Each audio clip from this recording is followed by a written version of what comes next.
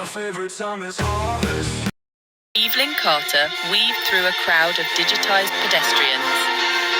The air buzzed with the familiar symphony of the city. Honking taxis, distant sirens, and the murmur of countless conversations washed over her. But something felt off. The yellow of the taxi seemed a shade too bright. The scent of roasted peanuts from a street vendor was faint, almost artificial. Hey, Ev, late again. Mark Cohen, her co-worker, stood waiting at the entrance of their office building.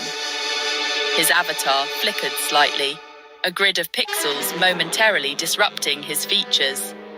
Just a slow train, she replied, forcing a smile. You know how it is. Right, Mark chuckled, the sound a touch too crisp. Always running behind schedule. Evelyn entered the sleek, glass-fronted building. The reflection of the city walked on its surface. An uneasy feeling tugged at her. It was as if the world around her was a high-definition projection, eerily close to reality, yet missing some intangible essence. Evelyn shook off the feeling and stepped into the elevator. It was just another day in the simulated world they now called home. The meeting room buzzed with anxiety.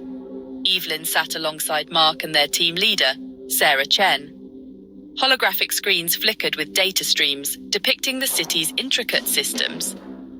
The glitches are increasing in frequency and intensity, Sarah announced, her voice tight with concern. Last week, a park bench dissolved into a shower of polygons in Central Park. Yesterday, a man reported his reflection speaking in binary code. A chill ran down Evelyn's spine. These were more than just minor visual anomalies. They were cracks in their reality, threatening to unravel the fabric of their digital existence. The source? Mark asked, his voice betraying a hint of fear. Unknown, Sarah replied grimly. Our best guess is a disruption in the core code, but we haven't been able to isolate it. The weight of their situation settled upon them. They were tasked with maintaining the stability of an entire world, a world that was becoming increasingly unstable. The team, known as the Architects, worked tirelessly. They were the unseen guardians of this digital reality, responsible for maintaining its intricate systems. Their work was a complex tapestry of coding, debugging, and constant vigilance. The problem seems to originate in the sensory rendering engine, Evelyn reported, her fingers flying across the keyboard. Lines of code scrolled across her screen, a symphony of algorithms and commands. But that doesn't explain the memory discrepancies, Mark countered, his brow furrowed in concentration.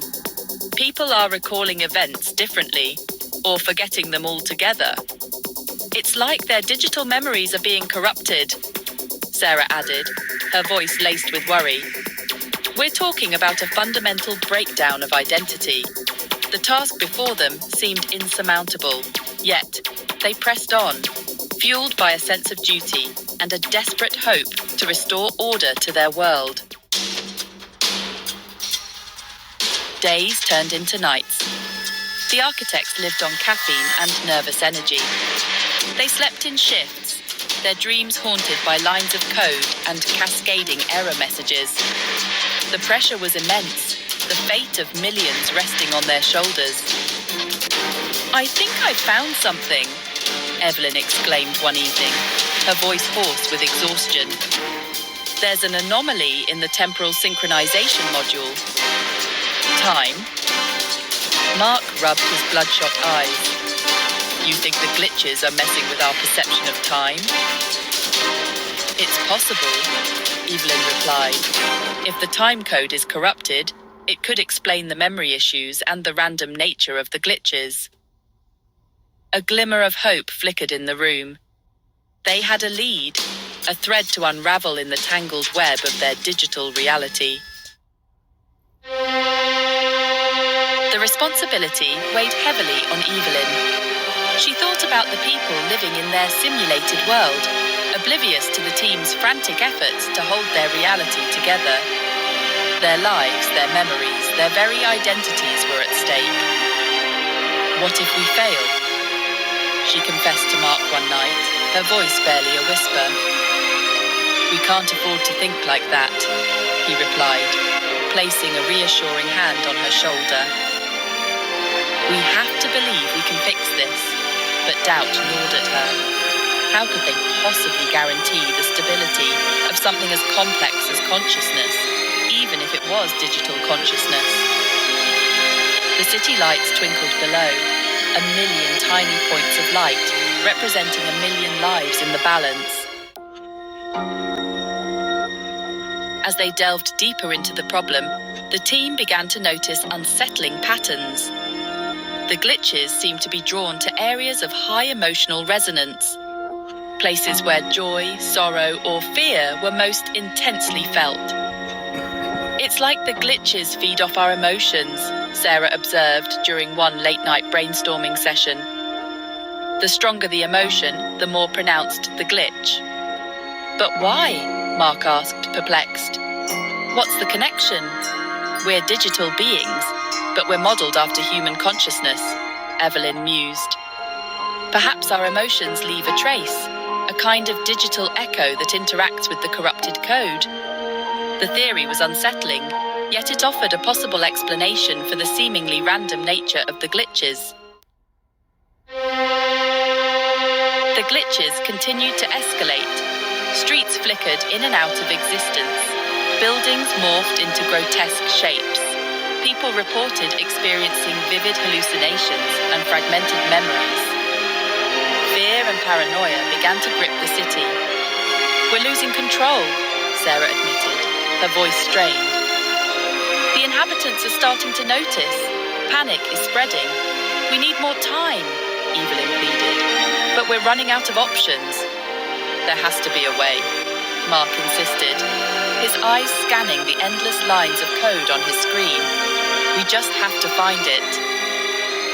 The very fabric of their digital reality was unraveling, and they were racing against time to stitch it back together.